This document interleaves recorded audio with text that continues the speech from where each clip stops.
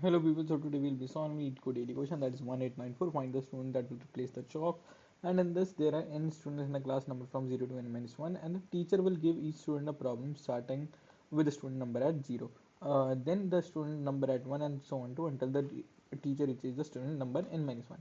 After that the teacher will restart the process starting with the student number 0 again, and will be given a 0 indexed integer array chalk and an integer k, and there are initially k pieces of chalk. When the student number I is given a problem to solve, they will use chalk I pieces of chalk to solve that problem. However, if the current number of chalks is strictly less than chalk I, then the student I will be asked to replace the chalk, and we have to return the index of the student that will replace the chalk. Okay, chalk pieces. So for example, we are given the chalk as 5, 1 and 5. So first student will use 5 pieces of chalk, then the next one will use 1 piece, and then the next one will use 5 pieces of chalk. Okay, so and initially we are just having 22 pieces of chalk. So firstly they can do it in one go, because 5 plus 1 plus 5, that sums up to 11. Then again they can do it, that sums up to 22. Then when the it will be in a loop again.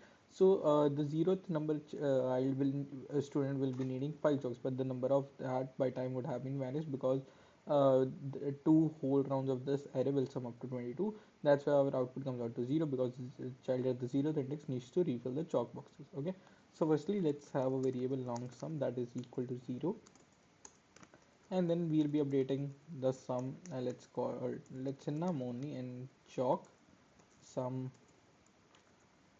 plus equal to num. Okay, now we don't have to tell how many rounds we need to go, so we'll be just doing a k mod equal to sum. So that will be telling us what are the number of like what is the sum which is not divisible by basically the leftover amount after considering all the rounds. Okay, so now what we'll have to just do is that for int I equal to 0, I less than chalk dot length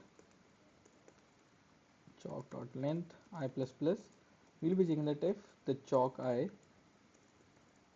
is greater than k. In that case, oh okay, it's greater than k. In that case I'll just have to return I, else I'll be doing k minus equal to chalk of I, chalk I, and at the end let's for the base condition, that is return minus 1. This will never happen because we'll be finding our answer in the loop only. Okay, and now let's give it a run.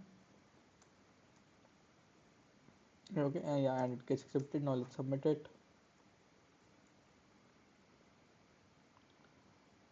and works perfectly fine as well. Okay, so this was it for today. Thank you for watching.